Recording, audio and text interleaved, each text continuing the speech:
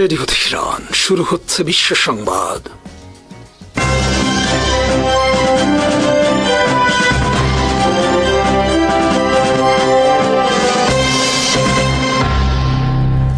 শুরুতেই সংবাদ শিরোনাম।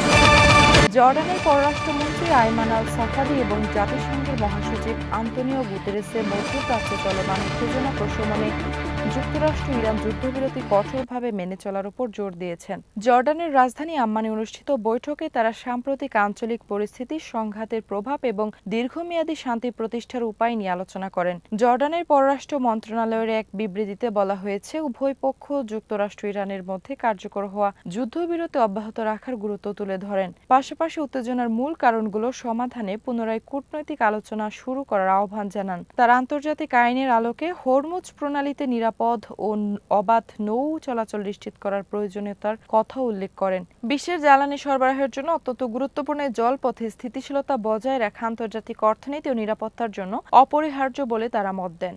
বৈঠকে গাজা পরিস্থিতির গুরুত্ব পায় আইমান আল সাফাদি বলেন, মার্কিন প্রেসিডেন্ট ডোনাল্ড ট্রাম্পের প্রস্তাবিত গাজা শান্তি পরিকল্পনার সব দিক বাস্তবায়ন এবং গাজায় পর্যাপ্ত মানবিক সহায়তা প্রবেশে ইসরায়েলের আরোপিত বাধা অপসারণ জরুরি। আইমান আল সাফাদি বলেন, মার্কিন প্রেসিডেন্ট ডোনাল্ড ট্রাম্পের প্রস্তাবিত গাজা শান্তি পরিকল্পনার সব দিক বাস্তবায়ন এবং গাজায় পর্যাপ্ত মানবিক সহায়তা প্রবেশে ইসরায়েলের আরোপিত বাধা অপসারণ জরুরি। তিনি সতর্ক করেন, মানবিক সহায়তার ঘাটতির কারণে গাজায় চলমান সংকট আরও ভয়াবহ আকার ধারণ করছে। অধিকৃত পশ্চিম তীর প্রসঙ্গে জর্ডানের পররাষ্ট্রমন্ত্রী ইসরায়েলের কর্মকাণ্ডের সমালোচনা করে বলেন, এসব পদক্ষেপ দখলদারিত্বকে আরও স্থায়ী করছে, উত্তেজনা ও সহিংসতা বাড়াচ্ছে এবং ন্যায়সঙ্গত টেকসই শান্তির সম্ভাবনাকে ক্ষতিগ্রস্ত করছে। তিনি আন্তর্জাতিক সম্প্রদায়কে পরিস্থিতি মোকাবেলায় সমন্বিত উদ্যোগ নেওয়ার আহ্বান জানান। এদিকে শুক্রবার থেকে এই অঞ্চলে সতর্ক শান্ত পরিস্থিতি বিরাজ করছে। যুক্তরাষ্ট্র ইরানের বিরুদ্ধে বিমান হামলা স্থগিত রেখেছে এবং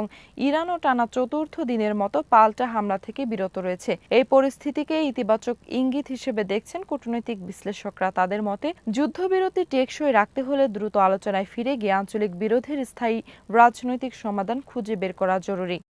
যুক্তরাষ্ট্রের সংবাদ সংস্থা রয়টার্সে জরিপ প্রতিষ্ঠান ইপসোসের প্রকাশিত নতুন এক জরিপে দেখা গেছে, ইরানের বিরুদ্ধে যুক্তরাষ্ট্রের সামরিক অভিযানের প্রতি মার্কিন জনগণের সমর্থন উল্লেখযোগ্যভাবে কম।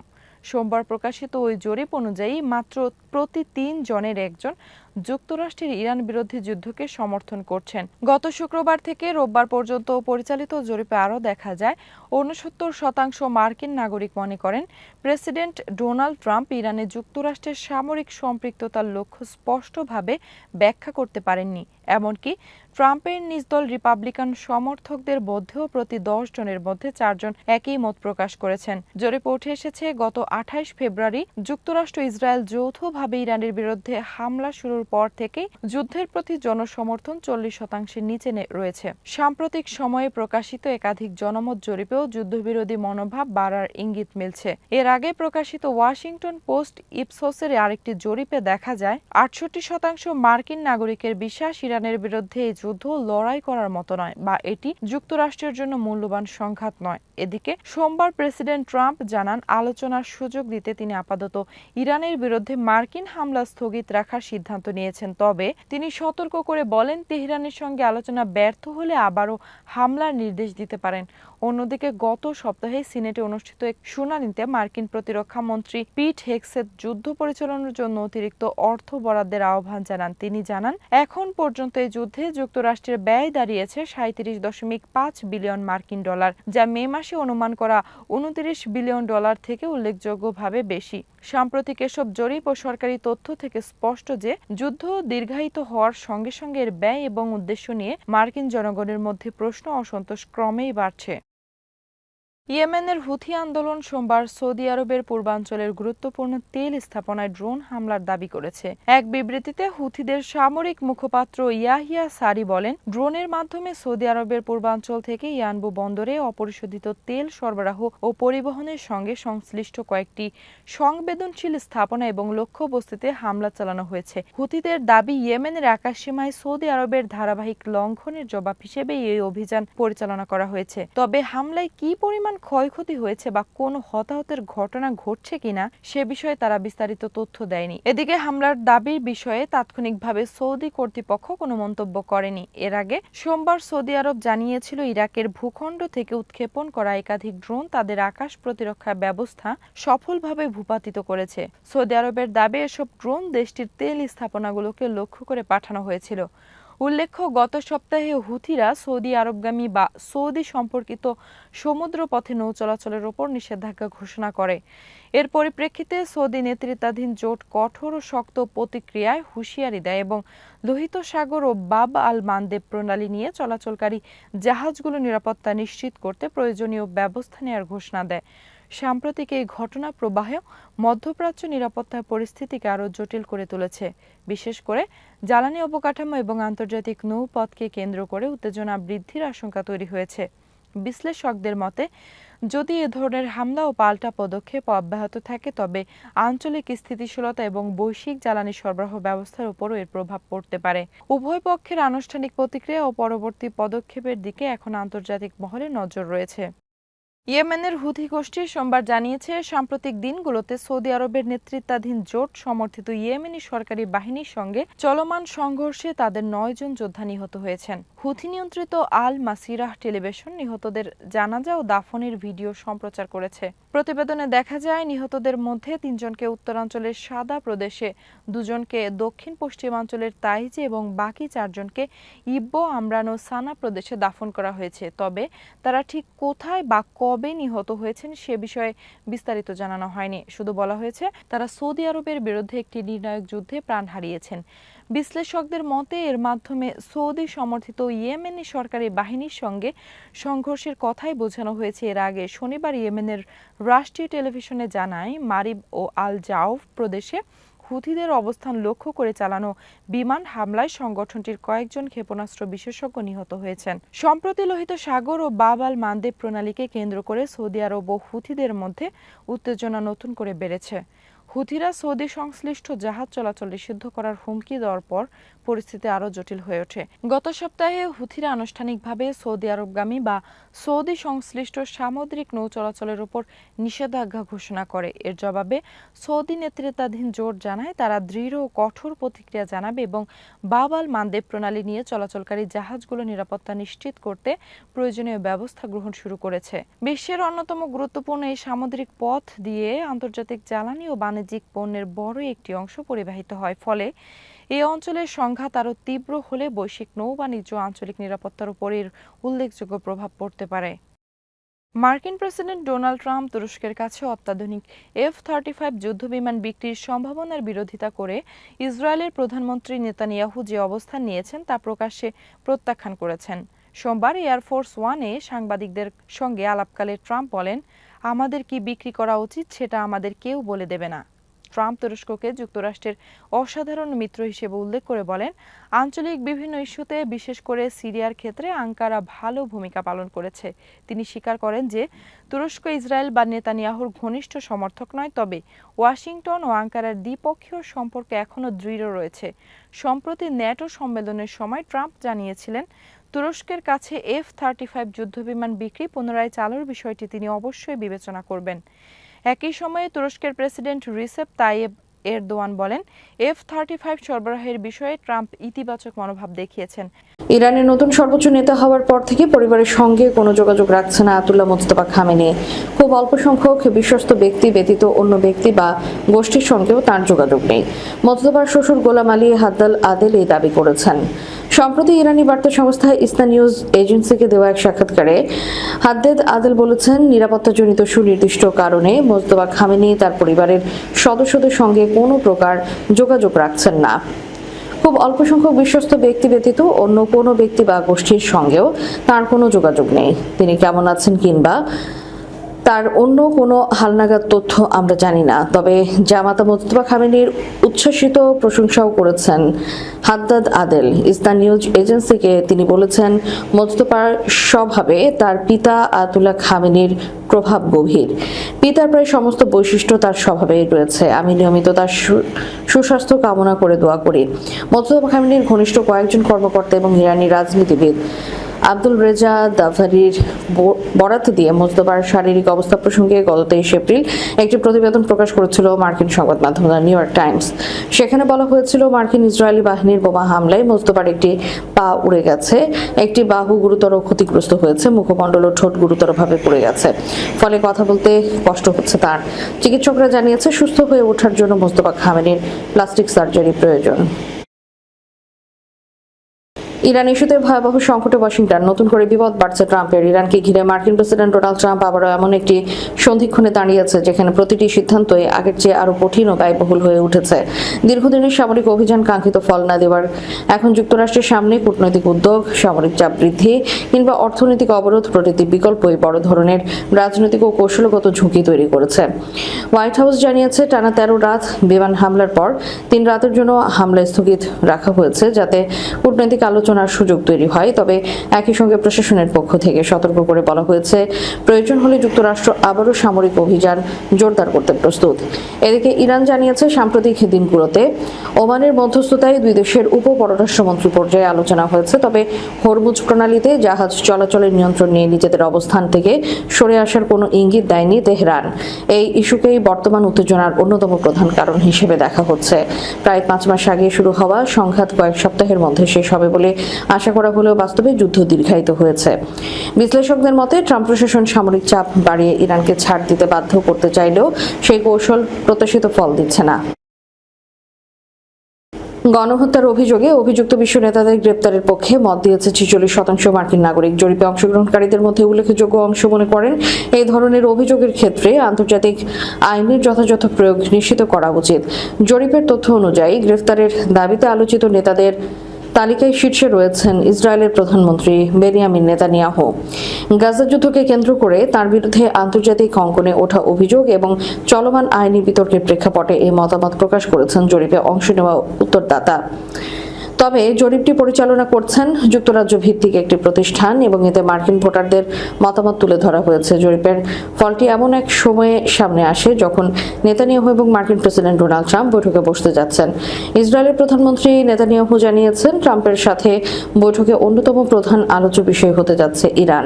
সোমবার ওয়াশিংটন ডিসির উদ্দেশ্যে ইসরায়েলি বিমান বাহিনীর একটি ঘাঁটি থেকে রওনা হওয়ার ঠিক কয়েক মিনিট আগে তিনি কথা বলেন। স্ত্রী সারা নেতানিয়াহুকে পাশে নিয়ে হিব্রু ভাষায় দেওয়া এক ভিডিও বার্তায় তিনি বলেছেন, এই জটিল সময়ে দৃঢ় সংকল্প এবং গভীর প্রজ্ঞার সাথে কাজ করতে হবে। আমরা এজেন্ডায় থাকা প্রতিটি বিষয় নিয়ে আলোচনা করব, যার মধ্যে ইরানই সবচেয়ে শীর্ষে রয়েছে। অবশ্যই আমাদের মূল লক্ষ্য হলো নিরাপত্তা রক্ষা করা এবং একই সাথে আমাদের চারপাশের শান্তির পরিধিকে আরও বিস্তৃত করা। হরমুজ প্রণালী এড়াতে বানানো সৌদির বিকল্প তেল সরবরাহ লাইনে হুথিদের ড্রোন হামলা। হরমুজ প্রণালীতে হামলার ঝুঁকি এড়াতে বিকল্প পথে অপরিশোধিত তেল রপ্তানি করেছিল সৌদি আরব, কিন্তু এবার তাদের সেই নিরাপদ রুট লোহিত সাগরমুখী পূর্ব পশ্চিম তেল সরবরাহ লাইন ড্রোন হামলা চালিয়েছে ইয়েমেনের ইরান সমর্থিত হুথি বিদ্রোহীরা। রয়টার্সের প্রতিবেদন অনুযায়ী সোমবার সৌদির পূর্বাঞ্চল থেকে লোহিত সাগরের ইয়ানবু বন্দর পর্যন্ত বিস্তৃত বেশ কয়েকটি স্পর্শকাতর তেল স্থাপনা এই হামলার শিকার হয়। হুথিদের সামরিক মুখপাত্র ইয়াহিয়া সারিয়া জানান, ইয়েমেনের আকাশসীমায় সৌদি ড্রোন অনুপ্রবেশের জবাব দিতে এই সফল অভিযান চালানো হয়েছে। তবে এই বিষয়ে সৌদির রাষ্ট্রায়ত্ত তেল কোম্পানি আরামকো তাৎক্ষণিকভাবে কোনো মন্তব্য করেননি। গত ফেব্রুয়ারিতে যুক্তরাষ্ট্র ইসরায়েল ইরানের উপর যুদ্ধ চাপিয়ে দেওয়ার পর থেকেই হরমুজ প্রণালী বাণিজ্যিক জাহাজের জন্য অনিরাপদ হয়ে ওঠে। ফলে বাধ্য হয়ে রিয়াদ বিকল্প পথ হিসেবে ইয়ানবু বন্দরকে বেছে নেয়। কিন্তু গত সপ্তাহে সেখানেও অবরোধের হুমকি দেয় হুথিরা। হুথিদের এমন আস্ফালনের কড়া জবাব দিতে দেরি করেনি সৌদি আরব। নৌ চলাচল নিরাপদ রাখার যুক্তিতে ইয়েমেনের হুদাইদা বন্দরে হুথিদের সামরিক স্থাপনায় বিমান হামলা চালায় তারা। আন্দোলনকারীদের বিরুদ্ধে আইনি পদক্ষেপ না নেওয়ার প্রতিশ্রুতি দিলেও উল্টো পথে হাঁটছে ভারতের কেন্দ্রীয় সরকার। এমন অভিযোগে ফের আন্দোলনে নামার হুঁশিয়ারি দিয়েছে ককরোচ জনতা পার্টি। দলটির পক্ষ থেকে জানানো হয়েছে, পরিস্থিতির পরিবর্তন না হলে নতুন করে বিক্ষোভ শুরু হতে পারে। অভিজিৎ দীপকের নেতৃত্বাধীন এই আন্দোলনটি শুরু হয়েছিল ব্যঙ্গাত্মকভাবে। নামটিও গ্রহণ করা হয়েছিল একটি কটূক্তি থেকে। শিক্ষামন্ত্রী হিসেবে ধর্মেন্দ্র প্রধান পদত্যাগ করার পর দিল্লি যন্তর মন্তরে নিজেদের 37 দিনের টানা প্রতিবাদ কর্মসূচি প্রত্যাহার করে নিয়েছিল তারা। তবে সিজিপির মুখপাত্র আশুতোষ রাঙ্কা সামাজিক যোগাযোগ মাধ্যম এক্সে পোস্ট করা এক বার্তায় অভিযোগ করেন, আন্দোলনকারীদের বিরুদ্ধে কোনো পুলিশি ব্যবস্থা না নেওয়ার যে চুক্তি হয়েছিল তার সম্পূর্ণ লঙ্ঘন করা হচ্ছে। বিহার ও পশ্চিমবঙ্গে শত শত ছাত্রকে গ্রেফতার করা হয়েছে। দিল্লি দিল্লি সহ অন্যান্য রাজ্যে শত শত শিক্ষার্থীকে নজরদারি ও হেনস্থা করা হচ্ছে। এমনকি দিল্লিতে যেসব স্বেচ্ছাসেবী আন্দোলনকারীদের লজিস্টিক সমর্থন দিচ্ছেন তাদেরও আটক করার একাধিক খবর আসছে। সরকারের মধ্যস্থতাকারী মন্ত্রী জেপি নাড্ডা এবং জিতেন্দ্র সিংকে ট্যাগ করে তিনি আরও লিখেছেন, আমাদের দাবি আন্দোলনকারীদের বিরুদ্ধে হওয়া সমস্ত এফআইআর অবিলম্বে প্রত্যাহার করা হোক এবং ছাত্রদের মুক্তি দেওয়া হোক। ভবিষ্যতে দিল্লি পুলিশ, কেন্দ্রীয় তদন্তকারী সংস্থা বা বিজেপি শাসিত রাজ্যগুলোর পুলিশ যেন কোনো এফআইআর না দায়ের করে, অন্যথায় আমরা আবারও আন্দোলন শুরু করতে বাধ্য হব। মার্কিন প্রেসিডেন্ট ডোনাল্ড ট্রাম্প বলেছেন, ওয়াশিংটন ও তেহরানের মধ্যে বর্তমানে খুবই গুরুত্বপূর্ণ আলোচনা চলছে। তবে তিনি ইঙ্গিত দিয়েছেন যে যুক্তরাষ্ট্র দীর্ঘমেয়াদী আলোচনার পথে যেতে আগ্রহী নয় এবং দ্রুত কোনো সমাধান প্রত্যাশা করছে। ট্রাম্পের এই মন্তব্য এমন এক সময় এসেছে যখন মধ্যপ্রাচ্যে উত্তেজনা অব্যাহত রয়েছে এবং ইরান যুক্তরাষ্ট্র সম্পর্ক আবারও আন্তর্জাতিক আলোচনার কেন্দ্রে উঠে এসেছে। অন্যদিকে ইরান দাবি করছে যে যুক্তরাষ্ট্র যুদ্ধ পরিস্থিতি থেকে বেরিয়ে আসার কার্যকর কোনো পথ খুঁজে পাচ্ছে না। তেহরানের কর্মকর্তাদের মতে ওয়াশিংটন সামরিক ও কূটনৈতিক উভয় ক্ষেত্রেই চাপে রয়েছে এবং বর্তমান সংকট মোকাবেলায় সুস্পষ্ট কৌশলের অভাব দেখা যাচ্ছে। ইরান আবারও বলছে যে তারা নিজেদের অবস্থানে দৃঢ় রয়েছে এবং যে কোনো আলোচনায় জাতীয় স্বার্থকে অগ্রাধিকার দেবে। এদিকে ইসরায়েলের প্রধানমন্ত্রী বেঞ্জামিন নেতানিয়াহু ওয়াশিংটন ডিসিতে পৌঁছেছেন এবং শিগগিরই প্রেসিডেন্ট ট্রাম্পের সঙ্গে বৈঠকে বসবেন বলে আশা করা হচ্ছে। বিশ্লেষকদের মতে এই বৈঠকের প্রধান আলোচ্য বিষয় হতে পারে ইরানকে ঘিরে চলমান সংঘাত এবং মধ্যপ্রাচ্যের নিরাপত্তা পরিস্থিতি। ইসরায়েল দীর্ঘদিন ধরেই ইরানের আঞ্চলিক প্রভাব ও সামরিক কর্মকাণ্ড নিয়ে উদ্বেগ প্রকাশ করে আসছে। ট্রাম্প নেতানিয়াহু বৈঠকে ইরানের বিরুদ্ধে সম্ভাব্য কৌশল, আঞ্চলিক নিরাপত্তা সহযোগিতা এবং যুদ্ধ পরিস্থিতি নিয়ন্ত্রণে করণীয় বিষয়গুলো নিয়ে আলোচনা হতে পারে বলে ধারণা করা হচ্ছে। একই সঙ্গে কূটনৈতিক সমাধানের সম্ভাবনাও আলোচনায় গুরুত্ব পেতে পারে। তবে উভয় পক্ষের বক্তব্য থেকে স্পষ্ট যে পরিস্থিতি এখনো সংবেদনশীল এবং যে কোনো সিদ্ধান্ত মধ্যপ্রাচ্যের সামগ্রিক স্থিতিশীলতার ওপর গুরুত্বপূর্ণ প্রভাব ফেলতে পারে। ইরানের পররাষ্ট্রমন্ত্রী আব্বাস আরাগচি হরমুজ প্রণালী নিরাপত্তা পরিস্থিতি নিয়ে সৌদি আরব ও ওমানের পররাষ্ট্রমন্ত্রীদের সঙ্গে পৃথক টেলিফোনে আলোচনা করেছেন। ইরানের রাষ্ট্রীয় সংবাদ সংস্থা IRNA জানায়, ওমানের পররাষ্ট্রমন্ত্রী বদর আল বুসাইদি এবং সৌদি আরবের পররাষ্ট্রমন্ত্রী প্রিন্স ফয়সাল বিন ফারহান আল সৌদির সঙ্গে আলোচনায় দুই দেশের কূটনীতিকরা সাম্প্রতিক দ্বিপক্ষীয় আঞ্চলিক পরিস্থিতি পর্যালোচনা করেন। আলোচনায় হরমুজ প্রণালীতে নিরাপত্তা পরিস্থিতি নিয়েও গুরুত্ব দেওয়া হয়। IRNAর দাবি অনুযায়ী যুক্তরাষ্ট্রের আক্রমণাত্মক পদক্ষেপের ফলে সৃষ্ট অনিরাপত্তা মোকাবেলায় আঞ্চলিক সহযোগিতা জোরদার এবং যৌথ কূটনৈতিক প্রচেষ্টা এগিয়ে নেওয়ার প্রয়োজনীয়তার উপর সবাই গুরুত্ব আরোপ করেন। বিশ্ব জ্বালানি সরবরাহের অন্যতম গুরুত্বপূর্ণ এই জলপথে সাম্প্রতিক উত্তেজনা আন্তর্জাতিক অঙ্গনকেও উদ্বেগ তৈরি করেছে। অন্যদিকে সৌদি আরবের তেল স্থাপনায় ড্রোন হামলার অভিযোগ অস্বীকার করেছে ইরান সমর্থিত জোট Islamic Resistance in Iraq. Riyadh সোমবার দাবি করেছিল, ইরাক থেকে উৎক্ষেপণ করা ড্রোন সৌদি আরবের পূর্বাঞ্চল এবং রাজধানী রিয়াদের তেল স্থাপনাগুলোকে লক্ষ্য করে হামলার চেষ্টা চালায়। তবে সৌদি বিমান প্রতিরক্ষা ব্যবস্থা সেগুলোকে ভূপাতিত করে। এক বিবৃতিতে ইসলামিক রেজিস্ট্যান্স ইন ইরাক জানায়, সৌদি আরবের অভিযোগ ভিত্তিহীন এবং এটি ইয়েমেনের হুথিদের হামলার জবাব দিতে ব্যর্থ হওয়ায় বিষয়টি আড়াল করার চেষ্টা। সংগঠনটি আরও দাবি করে, এই ধরনের অভিযোগ ইরাকের প্রতি শত্রুতার বহিঃপ্রকাশ। একই সঙ্গে তারা সতর্ক করে দিয়ে বলে, সৌদি আরব যদি কোনো বোকামিপূর্ণ পদক্ষেপ নেয় তবে তার কঠোর জবাব দেওয়া হবে। পাশাপাশি ইয়েমেনের ওপর আরোপিত অবরোধ তুলে নেওয়ার আহ্বান জানায় তারা। এদিকে ইয়েমেনের হুথি গোষ্ঠী লোহিত সাগরের সৌদি আরবের বিরুদ্ধে নৌ অবরোধ ঘোষণা করেছে। তাদের দাবি, ইয়েমেনের হুথি নিয়ন্ত্রিত অঞ্চলের ওপর চলমান অবরোধের প্রতিক্রিয়াকে এ পদক্ষেপ নেওয়া হয়েছে। এসব ঘটনার ফলে উপসাগরীয় অঞ্চলে নিরাপত্তা পরিস্থিতি আরও জটিল হয়ে উঠেছে। ইরান সংলাপের জন্য উন্মুক্ত থাকলেও দেশের নিরাপত্তা ও সার্বভৌমত্বের বিরুদ্ধে যে কোনো হুমকির জবাব শক্তভাবে দেওয়া হবে বলে জানিয়েছেন দেশটির ভাইস প্রেসিডেন্ট মোহাম্মদ রেজা আরেফ। শিল্প, খনি ও বাণিজ্য মন্ত্রণালয়ের উপমন্ত্রীদের এক বৈঠকে তিনি বলেন, সাম্প্রতিক সংঘাতে প্রতিপক্ষ ইচ্ছাকৃতভাবে ইরানের শিল্প খাতকে লক্ষ্যবস্তু করেছিল। তবে দ্রুত ও মানসম্মত পুনর্গঠনের মাধ্যমে ক্ষয়ক্ষতি কাটিয়ে ওঠা সম্ভব হয়েছে। আরেফের মতে, সাম্প্রতিক যুদ্ধগুলো মূলত প্রযুক্তি নির্ভর ছিল। তিনি দাবি করেন, প্রতিপক্ষ তাদের সবচেয়ে আধুনিক প্রযুক্তি ব্যবহার করলেও ইরানের তরুণ বিজ্ঞানীরা সেই পরিকল্পনা ব্যর্থ করে দিয়েছেন। একই সঙ্গে সংঘাত চলাকালীন দেশের প্রতিরক্ষা সক্ষমতা আরও উন্নত হয়েছে বলেও তিনি উল্লেখ করেন। তিনি বলেন, ইসলামী বিপ্লবের পর ইরানের শিল্পনীতি কেবল সংযোজন ভিত্তিক উৎপাদনের মধ্যে সীমাবদ্ধ ছিল না, বরং দেশীয় প্রযুক্তি, গবেষণা, উন্নয়ন এবং বিশ্ববিদ্যালয় শিল্প খাতের সমন্বয়ের মাধ্যমে একটি জ্ঞানভিত্তিক শিল্পাবস্থা গড়ে তোলার উপর গুরুত্ব দেওয়া হয়েছে। উদীয়মান প্রযুক্তি নির্ভর শিল্পায়নের মাধ্যমে আঞ্চলিক নেতৃত্ব অর্জনই দেশের দীর্ঘমেয়াদী উন্নয়ন পরিকল্পনার লক্ষ্য বলেও তিনি জানান। অর্থনৈতিক সহযোগিতা প্রসঙ্গে আরেফ বলেন, প্রতিবেশী দেশগুলোর পাশাপাশি সাংহাই সহযোগিতা সংস্থা, ব্রিক্স এবং ইউরেশিয়ান ইকোনমিক ইউনিয়নের সঙ্গে সম্পর্ক আরও জোরদার করা হবে। তার ভাষায়, ইরান ভীতি তৈরির প্রকল্প ব্যর্থ হয়েছে এবং তেহরানের কৌশল হচ্ছে আঞ্চলিক ও আন্তর্জাতিক অংশীদারিত্ব সম্প্রসারণ। রাশিয়ার প্রেসিডেন্ট ভ্লাদিমির পুতিন ইরানের মশা নৌবহর বা মস্কুইটো ফ্লিটের প্রশংসা করেছেন। রোববার রুশ নৌবাহিনীর কর্মকর্তাদের সঙ্গে এক বৈঠকে তিনি বলেন, আধুনিক যুদ্ধে ছোট আকারের কিন্তু অত্যাধুনিক অস্ত্রে সজ্জিত নৌযান বড় শক্তির বিরুদ্ধে কার্যকর ভূমিকা রাখতে পারে। রুশ রাষ্ট্রীয় সংবাদ মাধ্যম স্পুটনিকের প্রতিবেদনে বলা হয়েছে, পুতিন মধ্যপ্রাচ্যের চলমান সংঘাতের উদাহরণ টেনে বলেন, ইরানের মশা নৌবহর তাদের সামরিক অভিযানে যথেষ্ট কার্যকারিতা দেখিয়েছে। এটি মূলত নতুন প্রযুক্তির বিষয়। আমাদের কাছেও ছোট টনেজের জাহাজ রয়েছে, তবে সেগুলো অত্যাধুনিক অস্ত্রে সজ্জিত। মশা নৌবহর বলতে সাধারণত এমন ছোট, দ্রুতগতির ও উচ্চ গতিশীলতার নৌযানকে বোঝায় যেগুলো সংখ্যায় বেশি এবং শত্রুপক্ষের বড় যুদ্ধজাহাজের জন্য উল্লেখযোগ্য চ্যালেঞ্জ সৃষ্টি করতে পারে।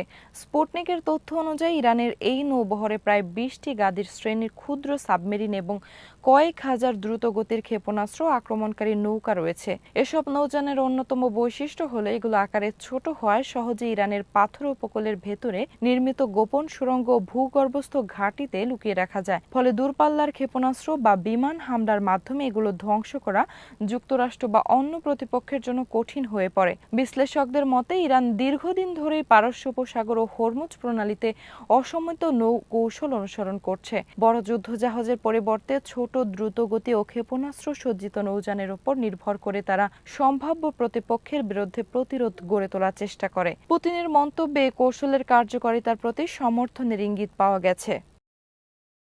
মার্কিন প্রেসিডেন্ট ডোনাল্ড ট্রাম্পের সঙ্গে মঙ্গলবার হোয়াইট হাউসের বৈঠকে ইসরায়েলের প্রধানমন্ত্রী নেতানিয়াহু আবারও ইরানে শাসন পরিবর্তনের বিষয়টি জোরালোভাবে উত্থাপন করতে পারেন বলে মনে করছেন মধ্যপ্রাচ্য বিষয়ক বিশ্লেষক অ্যালেক্স ভাতাঙ্কা। মধ্যপ্রাচ্য ভিত্তিক গবেষণা প্রতিষ্ঠান মিডল ইস্ট ইনস্টিটিউটের জ্যেষ্ঠ গবেষক ভাতাঙ্কা আল জাজিরাকে বলেন, নেতানিয়াহু সম্ভবত ট্রাম্পকে আবারও বোঝানোর চেষ্টা করবেন যে তেহরানের বর্তমান সরকারকে ক্ষমতাচ্যুত করা আঞ্চলিক নিরাপত্তার জন্য জরুরি। তবে তার মতে ট্রাম্প এই প্রস্তাবে ইতিবাচক সাড়া দেবেন এমন সম্ভাবনা খুবই কম। ভাতাঙ্কা বলেন, যুক্তরাষ্ট্র ইরানকে ঘিরে নতুন যুদ্ধের পক্ষে জনসমর্থন খুব সীমিত। রাজনৈতিকভাবে এমন একটি সংঘাত ট্রাম্প প্রশাসনের জন্য অস্বস্তিকর হতে পারে। ফলে নেতানিয়াহু এই বৈঠক থেকে কতটা প্রত্যাশিত ফল পাবেন তা নিয়ে যথেষ্ট অনিশ্চয়তা রয়েছে। তিনি আরও উল্লেখ করেন, অতীতে ওয়াশিংটন, ট্রাম্প ও নেতানিয়াহুর বেশ কয়েকটি গুরুত্বপূর্ণ বৈঠকের পর ইরানকে কেন্দ্র করে উত্তেজনা বেড়েছে। তাই এবারের বৈঠকের পর পরিস্থিতি কোন দিকে মোড় নেয় সেটিও পর্যবেক্ষকদের নজরে থাকবে। বিশ্লেষকদের মতে, ইসরায়েলি নেতৃত্ব এখনও ট্রাম্প প্রশাসনের সঙ্গে তেহরানের সমঝোতা স্মারক নিয়ে পুরোপুরি সন্তুষ্ট নয়, কারণ ইরানের হুমকি সম্পর্কে যুক্তরাষ্ট্র ইসরায়েলের মূল্যায়ন পার্থক্য রয়েছে। ইসরায়েল বিশেষভাবে ইরানের ব্যালিস্টিক ক্ষেপণাস্ত্র কর্মসূচি এবং পারমাণবিক কার্যক্রমকে সবচেয়ে বড় নিরাপত্তার ঝুঁকি হিসেবে দেখছেন। ভাতাঙ্কা বলেন, নেতানিয়াহু বৈঠকে এসব ইস্যুতে ট্রাম্পের ওপর আরও কঠোর অবস্থান নেওয়ার চাপ সৃষ্টি করতে পারেন। তবে ট্রাম্প প্রশাসনের দৃষ্টিভঙ্গি হল সামরিকভাবে যুক্তরাষ্ট্রের করার মতো পদক্ষেপ সীমিত, যদি না তারা সরাসরি ইরানে প্রবেশ করে দেশটি দখলের সিদ্ধান্ত নেয়। আর এমন পদক্ষেপকে বাস্তবসম্মত বা গ্রহণযোগ্য বিকল্প হিসেবে বর্তমানে কেউ গুরুত্ব দিয়ে বিবেচনা করছে না। ইরানের উপর প্রায় 2 সপ্তাহ ধরে টানা বিমান হামলা চালানোর পর যুক্তরাষ্ট্র সাময়িকভাবে তার আক্রমণ স্থগিত করেছে। একই সময়ে যুদ্ধ আরও বিস্তৃত হওয়ার ঝুঁকি কমাতে কূটনৈতিক তৎপরতাও জোরদার হয়েছে। তবে এই বিরতি দীর্ঘমেয়াদী শান্তির সূচনা নাকি কেবল সামরিক কৌশলের অংশ তা এখনও স্পষ্ট নয়। যুক্তরাষ্ট্র ইরান সংঘাত 5 মাসে পড়েছে। এই সময়ের মধ্যে দুই দেশের সম্পর্ক আরও উত্তপ্ত হয়েছে। মার্কিন প্রেসিডেন্ট ডোনাল্ড ট্রাম্প একদিকে ইরানের বিরুদ্ধে আরও কঠোর সামরিক পদক্ষেপের হুমকি দিচ্ছেন, অন্যদিকে আলোচনার পথও খোলা রয়েছে বলে জানিয়েছেন। একই সঙ্গে তিনি মধ্যপ্রাচ্যের সংঘাতের কারণে তেলের দাম বৃদ্ধি এবং তা যুক্তরাষ্ট্রের আসন্ন মধ্যবর্তী নির্বাচনে রিপাবলিকানদের জন্য নেতিবাচক প্রভাব ফেলতে পারে এমন আশঙ্কাকে গুরুত্ব দিতে নারাজ। আরও বিস্তারিত থাকছে ওয়াহিদ ফারুকীর প্রতিবেদনে।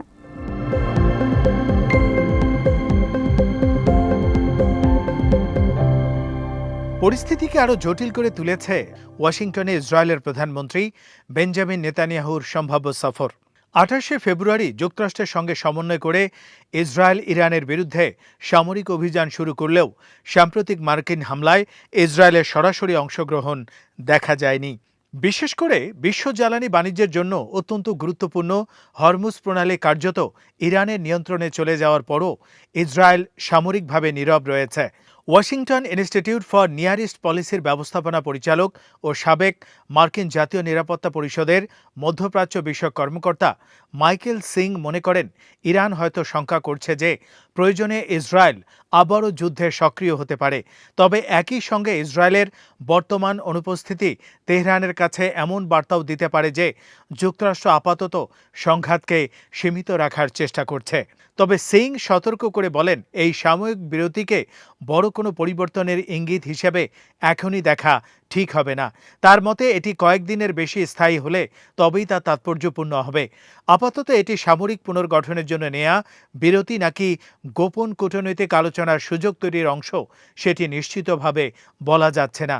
এদিকে আঞ্চলিক মধ্যস্থতাকারীরা সংঘাত প্রশমনে সক্রিয় রয়েছেন। মধ্যস্থতা প্রক্রিয়ার সঙ্গে যুক্ত এক আঞ্চলিক কর্মকর্তা জানিয়েছেন, যুক্তরাষ্ট্রের হামলা এবং প্রতিবেশী দেশগুলোতে মার্কিন ঘাঁটির বিরুদ্ধে ইরানের পাল্টা হামলা কমে আসা ইতিবাচক সংকেত হিসেবে দেখা হচ্ছে। তার ভাষায় এটি উত্তেজনা কমানোর প্রচেষ্টাকে এগিয়ে নিতে সহায়ক।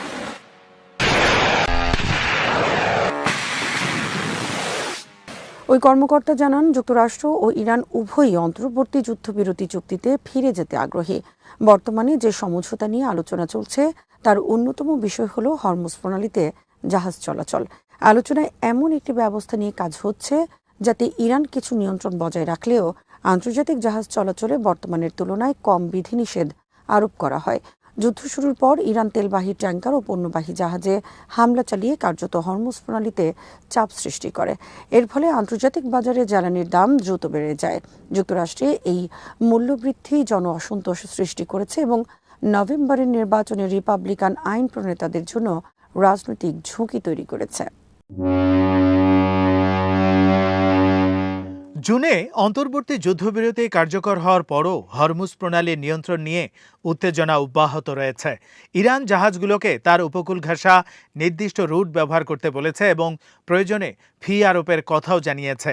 এর বিপরীতে যুক্তরাষ্ট্রের তত্ত্বাবধানে অনেক জাহাজ ওমান উপকূল সংলগ্ন বিকল্প পথ ব্যবহার শুরু করে। এরপর ইরান কয়েকটি জাহাজে হামলা চালালে উত্তেজনা আরও বাড়ে। এই পরিস্থিতিতে যুক্তরাষ্ট্র প্রথমে ইরানের উপকূলীয় প্রতিরক্ষা ব্যবস্থায় হামলা চালিয়ে হরমুজে জাহাজে আঘাত হানার সক্ষমতা দুর্বল করার চেষ্টা করে। পরে দক্ষিণাঞ্চলের সেতু, অবকাঠামো এবং দেশের অভ্যন্তরের বিভিন্ন লক্ষ্যবস্তুতে হামলা সম্প্রসারণ করা হয়। মাইকেল সিংয়ের মতে এসব হামলার মূল উদ্দেশ্য ছিল ইরানকে আলোচনার টেবিলে ফিরিয়ে আনা।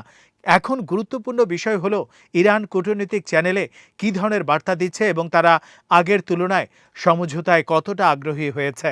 তার মতে যুক্তরাষ্ট্রের আরেকটি বড় চ্যালেঞ্জ হল ইরানের অভ্যন্তরীণ ক্ষমতার দ্বন্দ্ব। দেশটির বিভিন্ন রাজনৈতিক ও সামরিক গোষ্ঠী প্রভাব বিস্তারের চেষ্টা করছে। ফলে যুক্তরাষ্ট্রের সঙ্গে আপোষ করলে তা দুর্বলতার পরিচয় হিসেবে দেখা হতে পারে এবং শাসক গোষ্ঠীর ক্ষমতার ভিত্তি ক্ষতিগ্রস্ত হওয়ার আশঙ্কা রয়েছে। তবে অর্থনৈতিক বাস্তবতা উভয় পক্ষকেই সমঝোতার দিকে ঠেলে দিচ্ছে।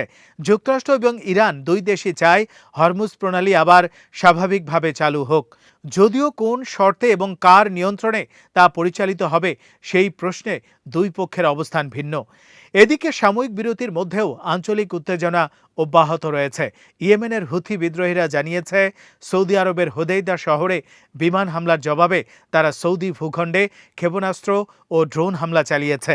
ইরান সমর্থিত এই গোষ্ঠী বাব আল মান্দেব প্রণালীও বন্ধ করে দেওয়ার দাবি করেছে, যা হরমুজে সংকটের কারণে সৌদি তেল রপ্তানির জন্য আরও গুরুত্বপূর্ণ হয়ে উঠেছে। অন্যদিকে যুক্তরাষ্ট্র ইরানের বন্দরগুলোর উপর নৌ অবরোধ অব্যাহত রেখেছে। মার্কিন সামরিক বাহিনীর দাবি, শুক্রবার ওমান উপসাগরে মোজাম্বিকের পতাকাবাহী একটি জাহাজ অবরোধ ভঙ্গের চেষ্টা করলে সতর্ক বার্তা উপেক্ষা করায় সেটিকে অকার্যকর করে দেয়া হয়।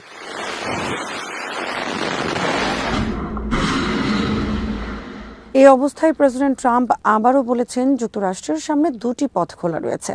একটি হলো সামরিক চাপ অব্যাহত রেখে ইরানকে ধাপে ধাপে দুর্বল করা, অন্যটি হলো আলোচনার মাধ্যমে সমাধান খোঁজা।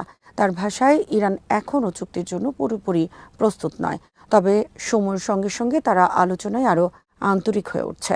সব মিলিয়ে যুক্তরাষ্ট্রের সাময়িক হামলা বিরতি মধ্যপ্রাচ্যে শান্তির সম্ভাবনা তৈরি করলেও পরিস্থিতি এখনও অত্যন্ত অনিশ্চিত।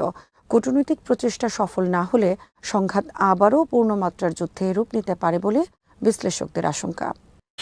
শ্রোতা বন্ধুরা, বিশ্ব সংবাদে এই ছিল আমাদের সর্বশেষ আয়োজন। সঙ্গে থাকার জন্য আপনাদের সবাইকে অসংখ্য ধন্যবাদ।